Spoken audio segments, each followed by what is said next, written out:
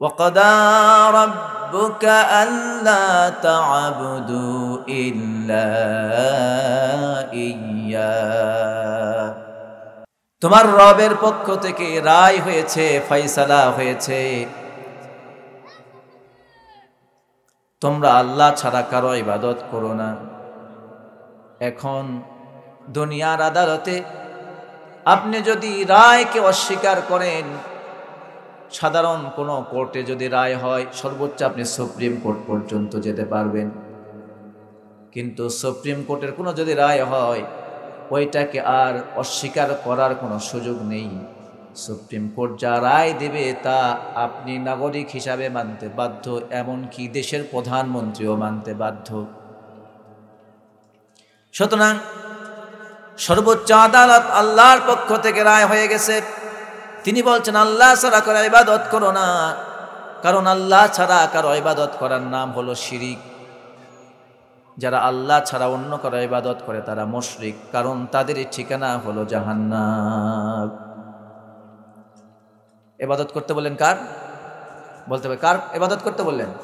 আল্লাহর ইবাদত করতে বললেন। মানুষ সৃষ্টির পরে নিজের জীবনকে উদাসীনভাবে মন চায় জিন্দেগি গঠন করতে শুরু করেছে। মনে হয় যেন এমন তার সৃষ্টির পেছনে আল্লাহর কোনো উদ্দেশ্যই নাই। সে ইচ্ছে করলে হালাল খায়, ইচ্ছে করলেই হারাম খায়, ইচ্ছে করলেই নেশা করে, ইচ্ছা করলেই ছেড়ে দেয়, ইচ্ছে করলেই নামাজ পড়ে, আবার নিজের ইচ্ছাতেই নামাজ ছেড়ে দেয়, নিজের ইচ্ছাতেই রোজা রাখে, আবার নিজের ইচ্ছাতেই রোজা ছেড়ে দেয়, নিজের ইচ্ছাতেই মানুষের সঙ্গে সুসম্পর্ক রাখে, আবার নিজের ইচ্ছাতেই মানুষের সাথে সুসম্পর্ক নষ্ট করে, নিজের ইচ্ছাতেই অন্যের জমির আল কাটে, নিজের ইচ্ছাতেই অন্যের সাথে দ্বন্দ্ব লাগায়। আছে না নাই? মনে হয় যেন তার জীবনের কোনো লক্ষ্য উদ্দেশ্য নাই, এই দুনিয়ায় সব কিছু তার জন্য বৈধ। কিন্তু রব্বুল আলামিন বলছেন তোমার লক্ষ্য উদ্দেশ্য এরকম ভাবে উদ্দেশ্যহীন ভাবে আমি তোমাকে সৃষ্টি করি নাই। প্রত্যেকটি সৃষ্টির পেছনে আমি রব্বুল আলামিনের সুখ্যাতি সূক্ষ্ম উদ্দেশ্য রয়েছে। আল্লাহ পাক বলছেন আফাহাসিবতুম আন্নামা খালাকনাকুম আবাসাও ওয়া আন্নাকুম ইলাইনা লা তুরজাউন। সুবহানাল্লাহ। আল্লাহ বললেন আমি তো তোমাদেরকে বিনা উদ্দেশ্য সৃষ্টি করি নাই। তোমরা কি মনে করেছো উদ্দেশ্যহীনভাবে তোমাদের সৃষ্টি করা হয়েছে? কখনোই না। অবশ্যই তোমাদেরকে সুনির্দিষ্ট স্পেসিফিক উদ্দেশ্য নিয়ে তোমাদেরকে সৃষ্টি করেছি।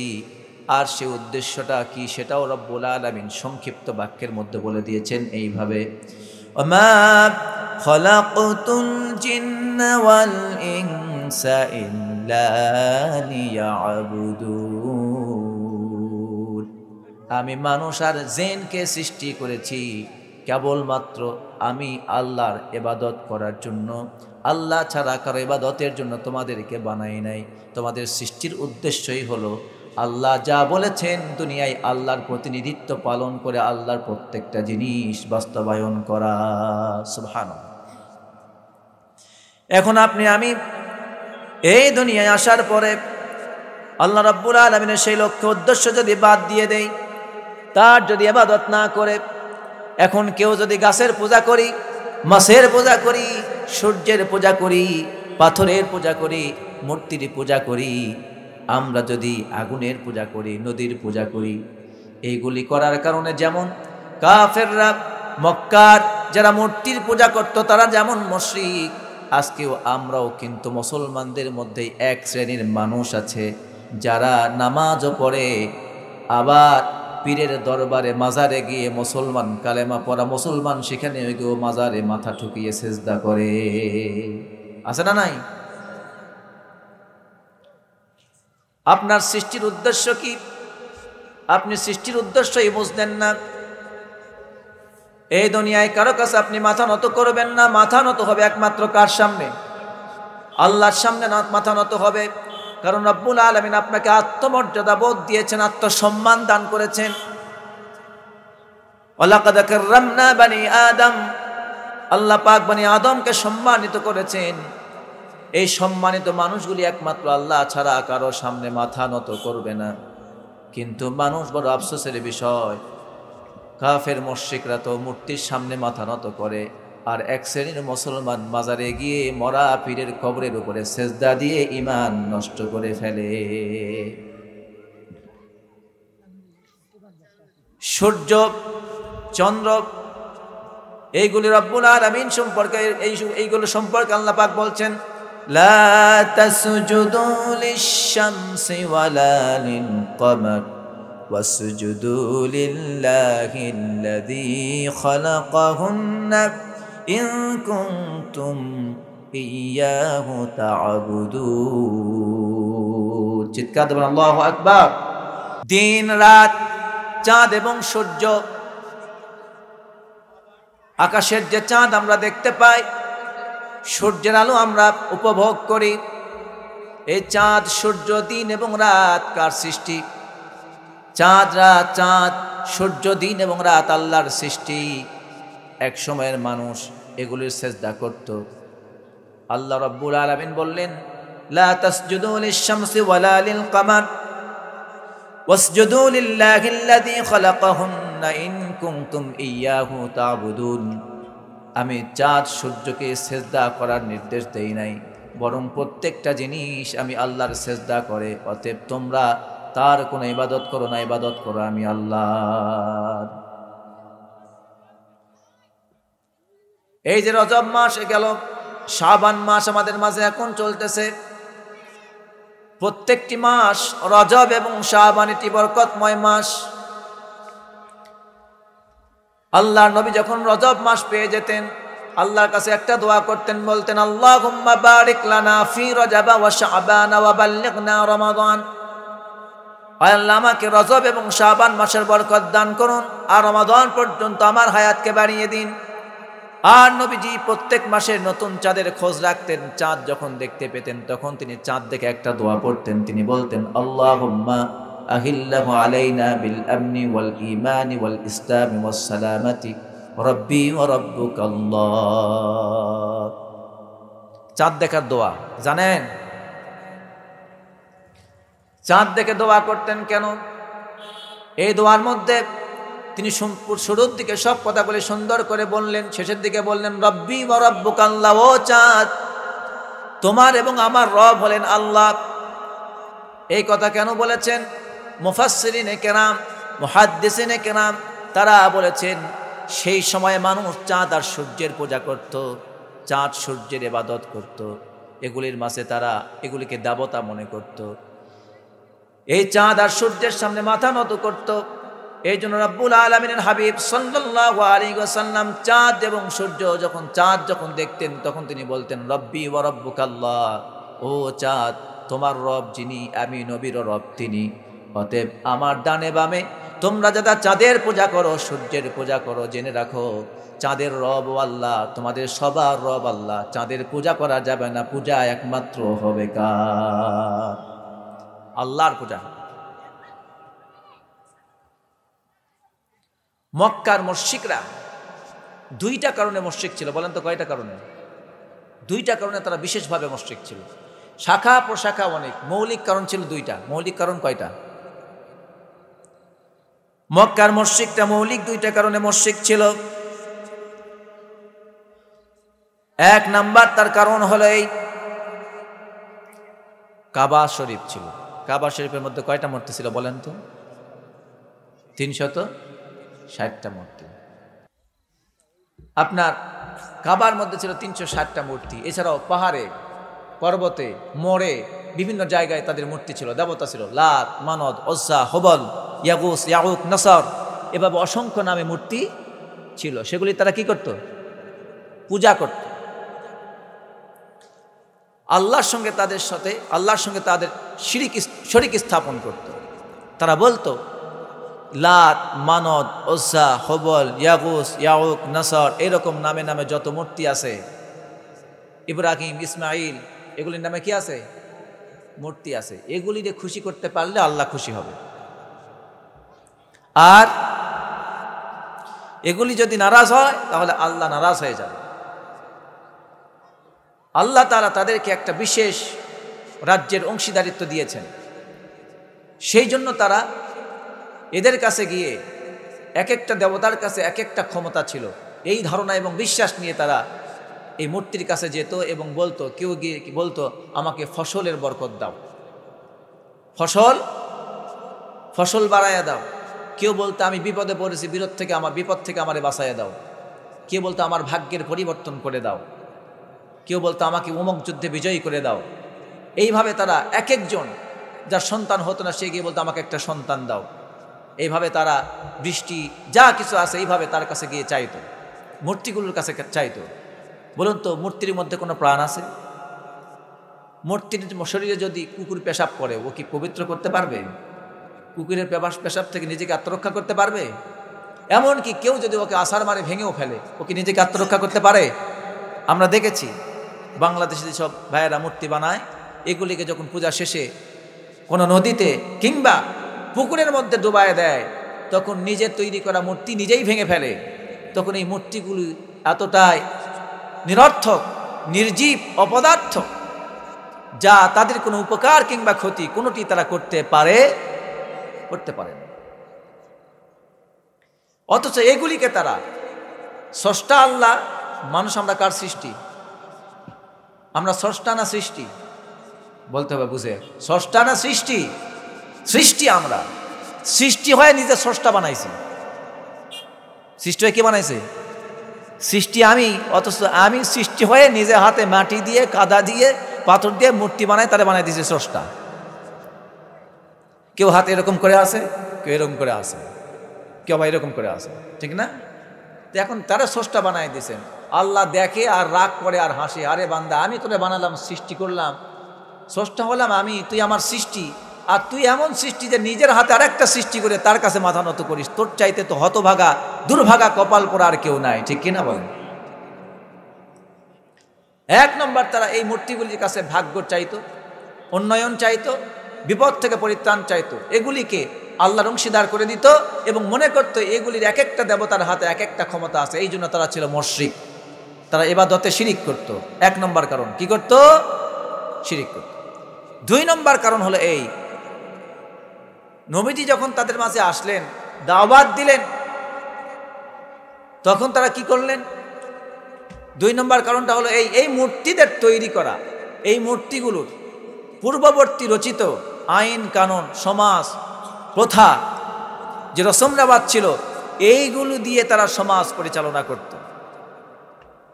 দুই নম্বর, শিরিক করার, মুশরিক হওয়ার একটা কারণ হলো এই যে তারা আল্লাহর আইনের ব্যাপারে বলতো, আল্লাহ আসমানের মালিক, জমিনের মালিক, ঠিক আছে, উনি আসমানের দায়িত্ব নিয়েছেন, ওনার আইন আসমান পর্যন্ত চলবে, আল্লাহর কোনো আইন জমিন পর্যন্ত চলবে না। এই মক্কায় আমরা যারা আছি, মক্কায় প্রতিনিধি যারা, রাজনীতিবিদ যারা, আমরা গোত্র প্রতিনিধি যারা আমরা, তারা আমরা আমাদের নিজস্ব আইন দিয়ে মক্কা এবং কাবা পুরাটা পরিচালনা করব। এখানে আল্লাহর কোনো আইন কানুন, তার কোনো দেওয়া বিধি নিষেধ চলবে। এই দুইটি কারণে তারা মুশরিক ছিল।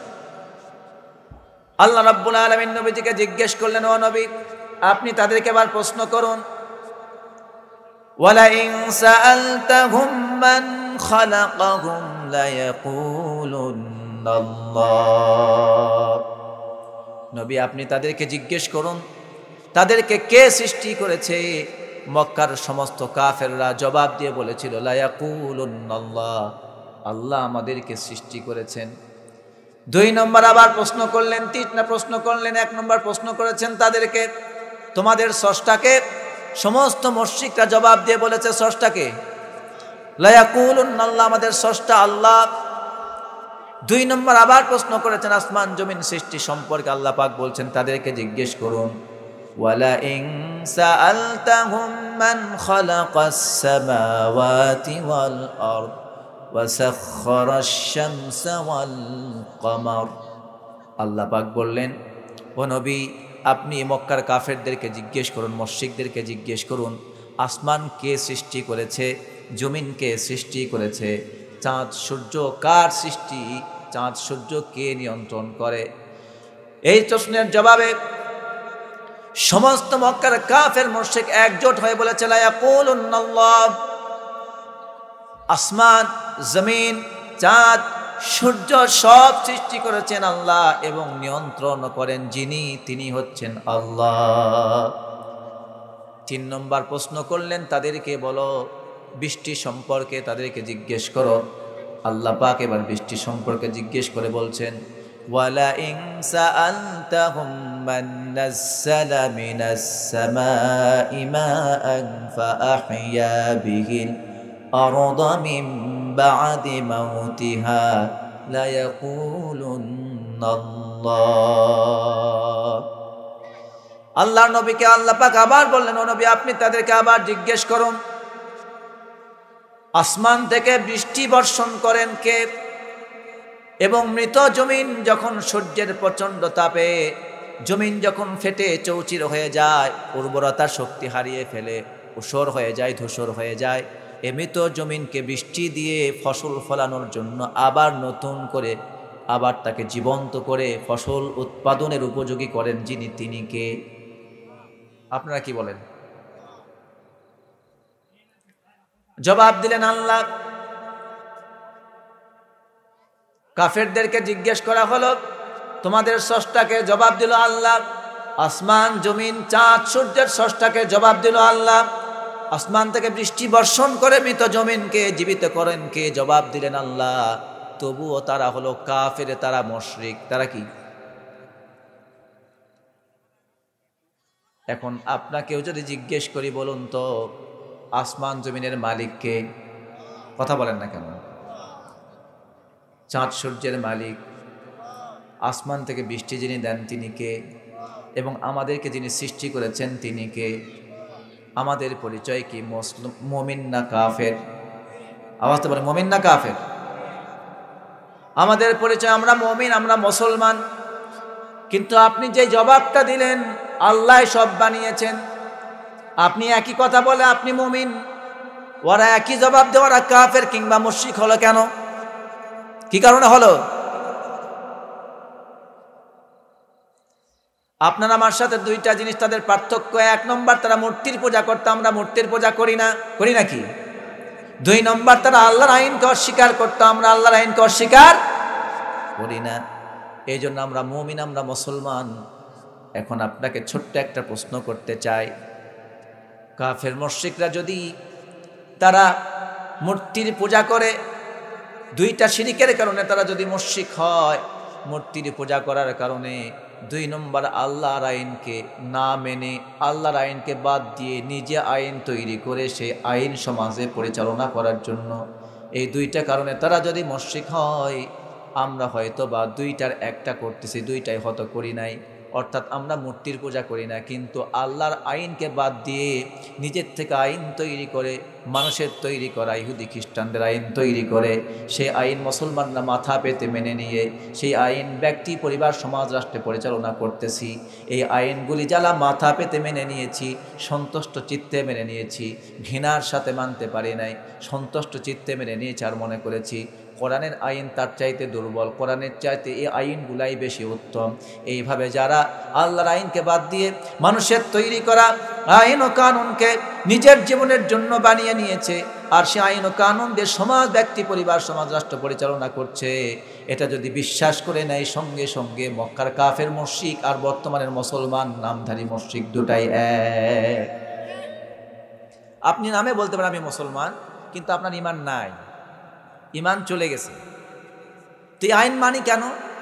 প্রশ্ন আসতে পারে।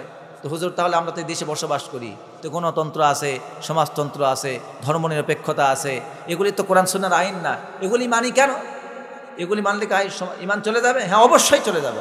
এগুলি মানলে ঈমান কি হয়ে যাবে? চলে যাবে। তো কিভাবে মানবেন? যতদিন পর্যন্ত এই আল্লাহর জমিনে কোরআন সুন্নাহর আইন, ইসলামী খেলাফত, আল্লাহর রসুলের আদর্শ বাস্তবায়ন হয় নাই, ততদিন পর্যন্ত এই আইন মানি ঘৃণার সাথে। কিসের সাথে মানি? ঘৃণার সাথে মানি। আল্লাহ, আমরা ওই আইন প্রতিষ্ঠিত করতে পারি নাই, আমরা মুসলমানরা এক হতে পারি নাই, কোরআন সুন্নাহ বুঝতে পারি নাই, যার কারণে আমরা রাষ্ট্রীয় পর্যায়ে দিন ইসলাম প্রতিষ্ঠিত করতে না পারার কারণে সে আইন মানতে বাধ্য। তাই মানতেছি, কিন্তু সে আইনকে সমর্থন করে ওটাই প্রতিষ্ঠার জন্য যারা কাজ করবে, আল্লাহর কসম তারা মুশরিক হয়ে মারা যাবে।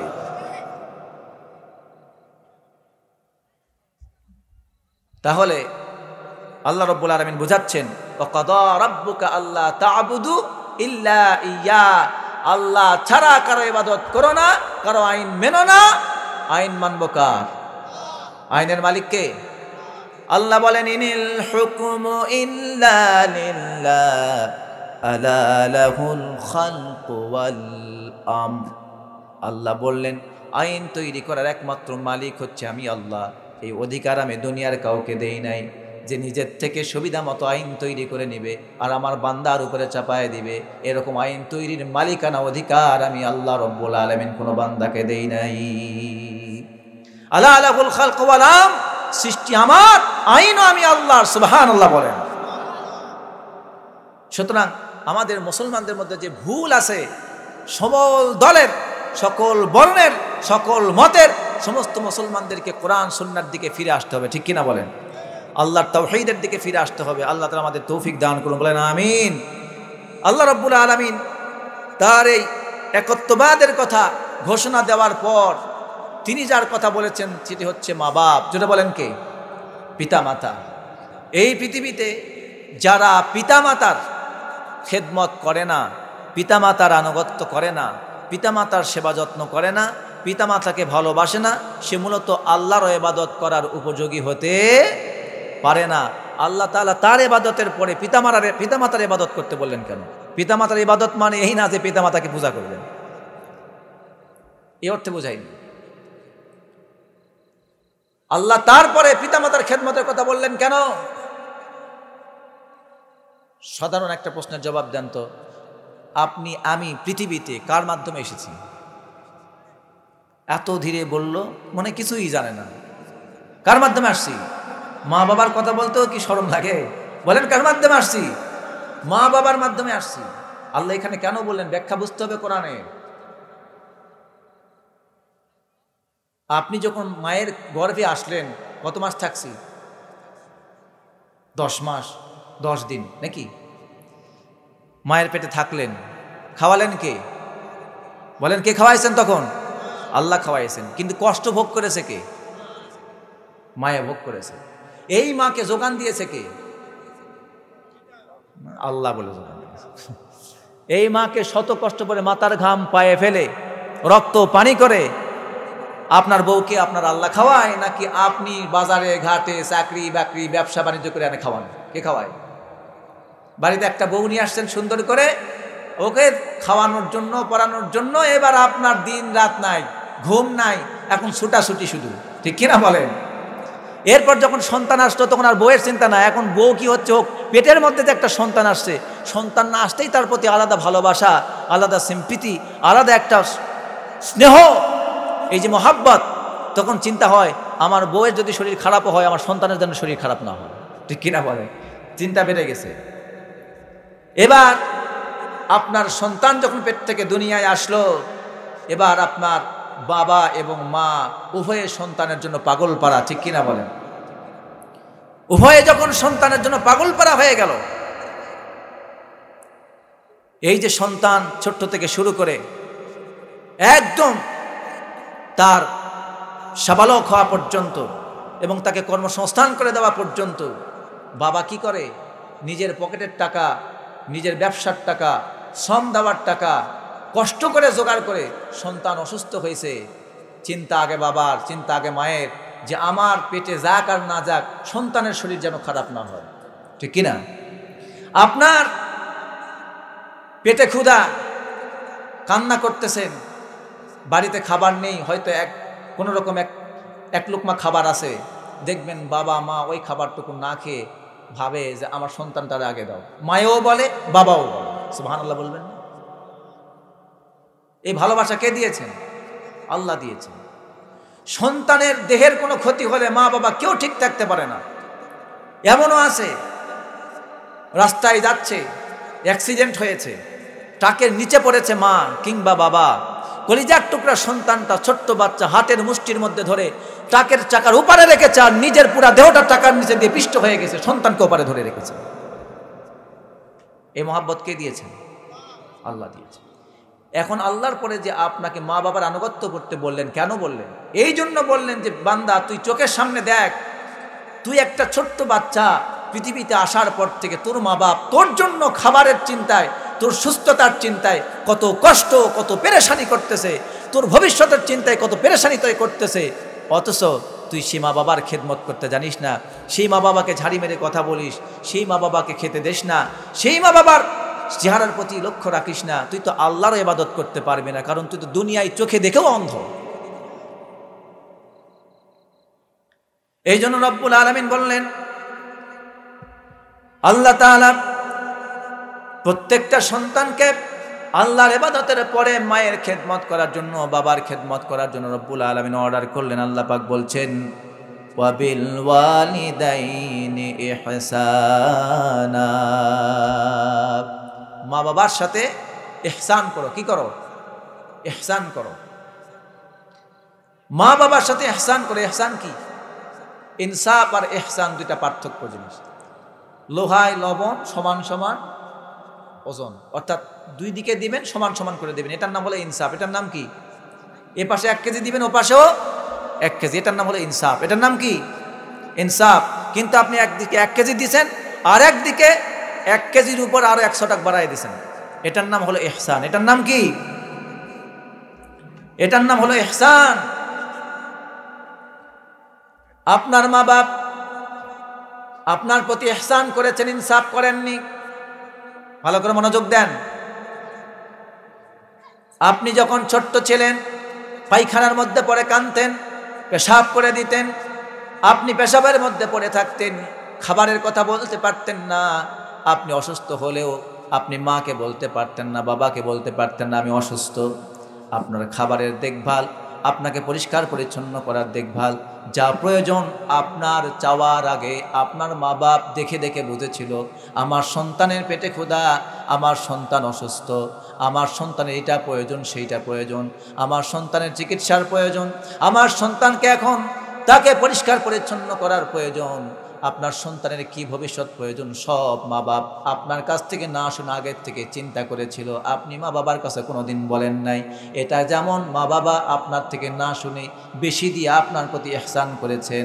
এই জন্য আপনার মা বাপ যখন বুড়ো হয়ে যাবে, বুড়ি হয়ে যাবে, মা বাপ না চাইলেও আপনাকে মা বাপকে খুশি করে দেওয়াটা হলো ইহসান।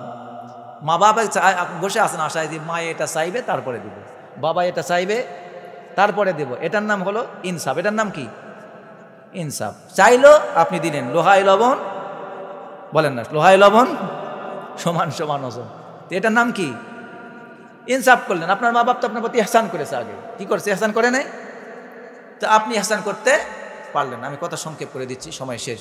প্রিয় ভাইয়েরা, এরপরে আল্লাহ রাব্বুল আলামিন বলেন, ইম্মা ইয়াবলুগান্না عندك الكبر أحدهما أو كلاهما فلا تقل لهما أف ولا تنهرهما وقل لهما قولا كريما।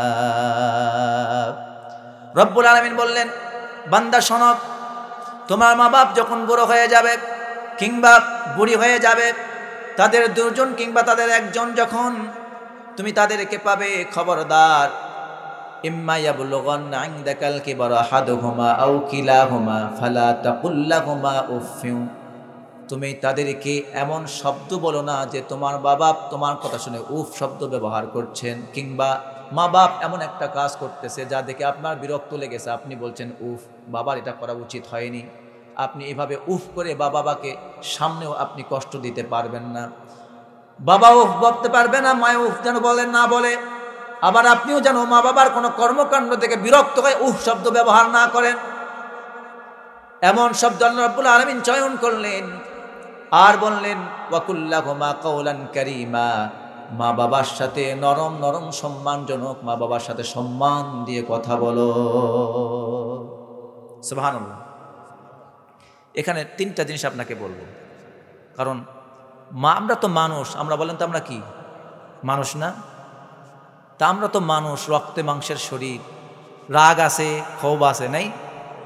দুঃখ আছে, আফসোস আছে, হতাশা আছে, নিরাশা আছে, প্রত্যাশা আছে, আবেগ আছে, অনুভূতি আছে, সহানুভূতি আছে, সিম্পিতি আছে, মহাব্বত আছে, ভালোবাসা আছে, আছে না নাই? তা আমরা তো মানুষ। তো মা যে সন্তানের সাথে কিংবা মা বাবা যে সন্তানের সাথে দুর্ব্যবহার করে, এর মূল কারণ হলো তিনটা। বলেন তো কয়টা? তিনটা কারণে মা বাবা আপনার আমার সাথে দুর্ব্যবহার করতে পারে। এক নাম্বার, বার্ধক্যজনিত কারণে। বয়স বেশি হয়ে গেছে, মেজাজ ঠিক নাই, এই বার্ধক্যজনিত কারণে সে কি হয়ে যায়? আপনার আমার সাথে দুর্ব্যবহার করতে পারে।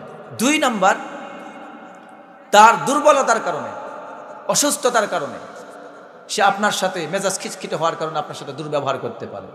তিন নাম্বার, সে প্রতিবেশী কিংবা কারো কথা শুনে প্ররোচিত হয়ে, মানুষের কথা শুনে এসে আপনার সাথে লাগাই দিল একটা ঝগড়া, আপনার শুনে মন ভীষণ খারাপ।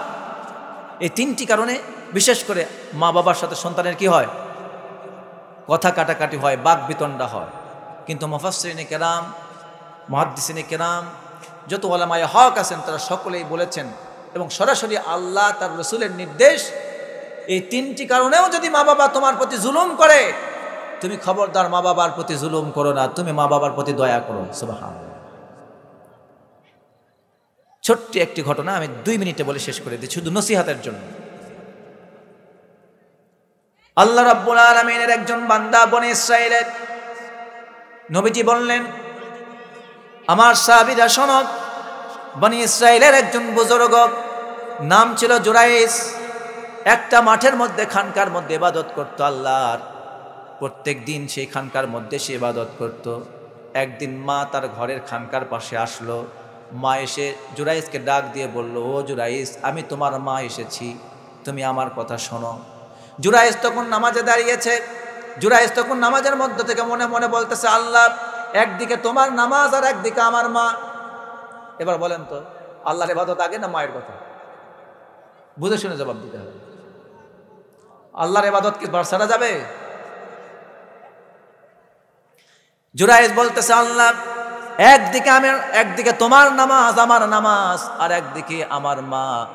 মা আবার দ্বিতীয়বার ডাক দিয়ে বললেন, ও জুরাইস, আমি তোমার মা এসেছি, আমার সঙ্গে একটু কথা বলো, তোমার সঙ্গে দেখা করে চলে যাব। জুরাইস আবার মনে মনে বললেন, আল্লাহ, একদিকে আমার মা আর একদিকে আমার নামাজ। 3 বার আবার বললেন, তৃতীয়বারও, জুরাইস, আমি তোমার মা এসেছি, আমার কথাটা শোনো। জুরাইস আবার বললেন, একদিকে আমার মা, একদিকে আমার নামাজ। অর্থাৎ তিনি মায়ের কথা শুনলেন না, আল্লাহর ইবাদতকে প্রাধান্য দিলেন, নামাজকে প্রাধান্য দিলেন, কিন্তু মায়ের কথা শুনলেন না। এখানে একটা ছোট্ট কথা বলে নেই, সেই নামাজটা কিন্তু ফরজ নামাজ না, ওই নামাজটা ছিল নফল ইবাদত। কি ইবাদত? নফল ইবাদত ছিল। ভুল বুঝবেন না আবার, নফল ইবাদত ছিল। নামাজের ওয়াক্তের যে সময়, সেই সময়ের ইবাদত সেটা ছিল না, নফল ইবাদতে দাঁড়িয়েছিল। আর মা এসে ডাক দিয়েছে। এই জন্য মায়ের কথা শোনার পর জুরাইস বলল, আল্লাহ, একদিকে আমার নামাজ, একদিকে আমার মা, এখন আমি কি করব? আমার তো কোনো সিদ্ধান্ত আমি নিতে পারছি না। জুরাইস নামাজকে প্রাধান্য দিল।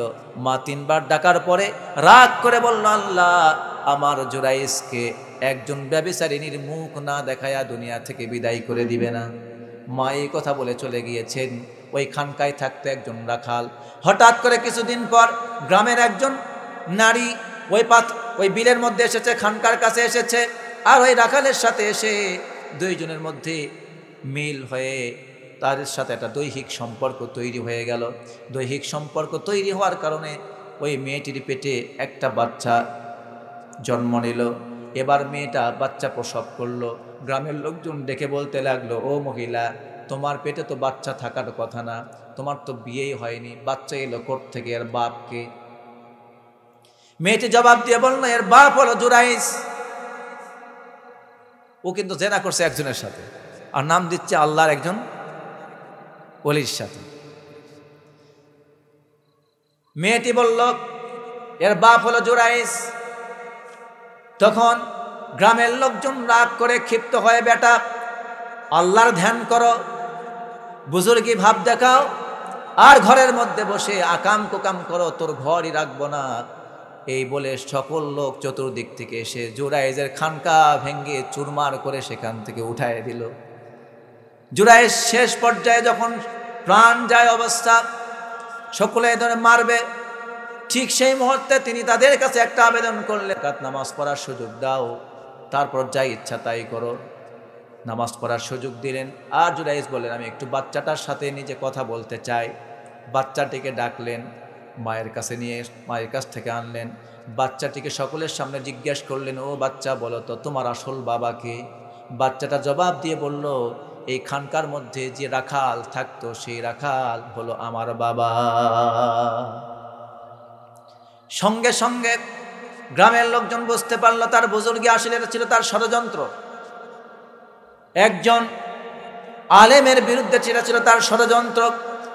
এই জন্য আবার সকলেই মিলে আবার জুরাইজের খানকা তৈরি করে দিল, নির্মাণ করে দিল। জুরাইজের খানকা নির্মাণ করে দিল। এখান থেকে ছোট্ট যে শিক্ষার বিষয়টা সেটা হলো এই, আপনি যদি ইবাদত গুজারও বান্দা হন, আল্লাহর যদি ওলিও হন, বড় ব্যাপক আলেম হয়ে গেছেন, আর মায়ের সাথে যদি কোনো একটা আপনার যদি খারাপ সম্পর্ক থাকে, আর মা যদি একটা বদদুয়া করে যায়, জেনে রাখবেন পৃথিবীতে মানুষ কয়েকটা পাপের কারণে পরকালে তো শাস্তি পাবে, কিন্তু দুনিয়াতেও শাস্তি ভোগ করে যেতে হবে।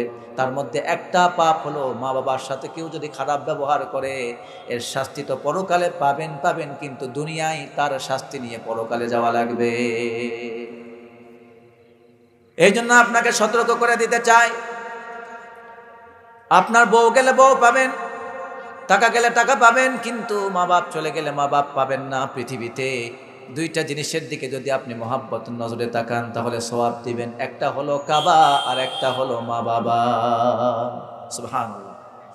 মহাব্বত, ভালোবাসা, শ্রদ্ধা, ভক্তি নিয়ে তার দিকে যদি আপনি তাকান, শুধু তাকালেই সওয়াব পাবেন। সুবহানাল্লাহ। ছোট্ট একটা মাসালা বলে আমি শেষ করে দিচ্ছি। হযরত ইসমাইল, ইব্রাহিম আলাইহিস সালামের সন্তানের নাম কি? ইসমাইল। ইসমাইল নবী ইব্রাহিম বাড়িতে আসলেন, ইব্রাহিম আলাইহিস সালাম বাড়িতে আসলেন, এসে তাদের খোঁজ খবর নিলেন।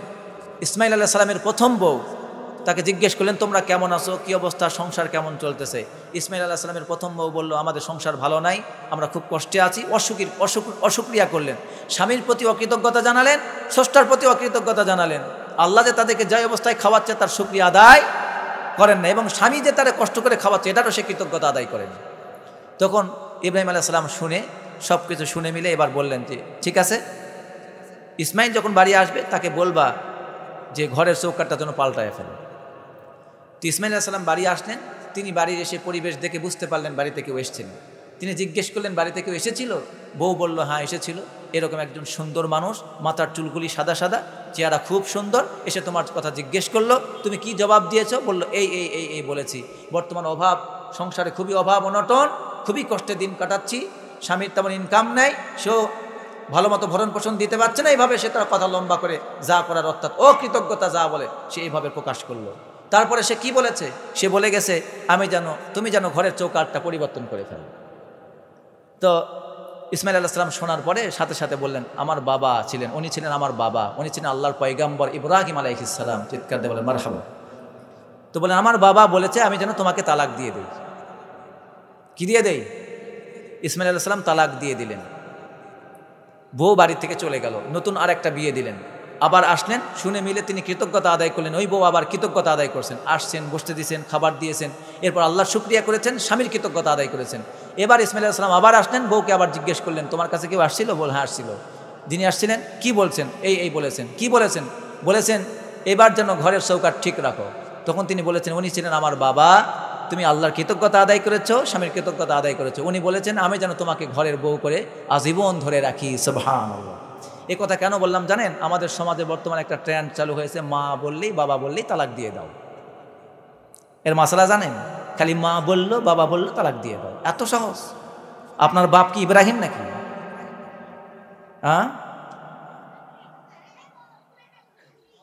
এটা উত্তরটা দেওয়ার জন্যই কথাটা বলছি। আপনার বাপ আমার বাপ ইব্রাহিম না,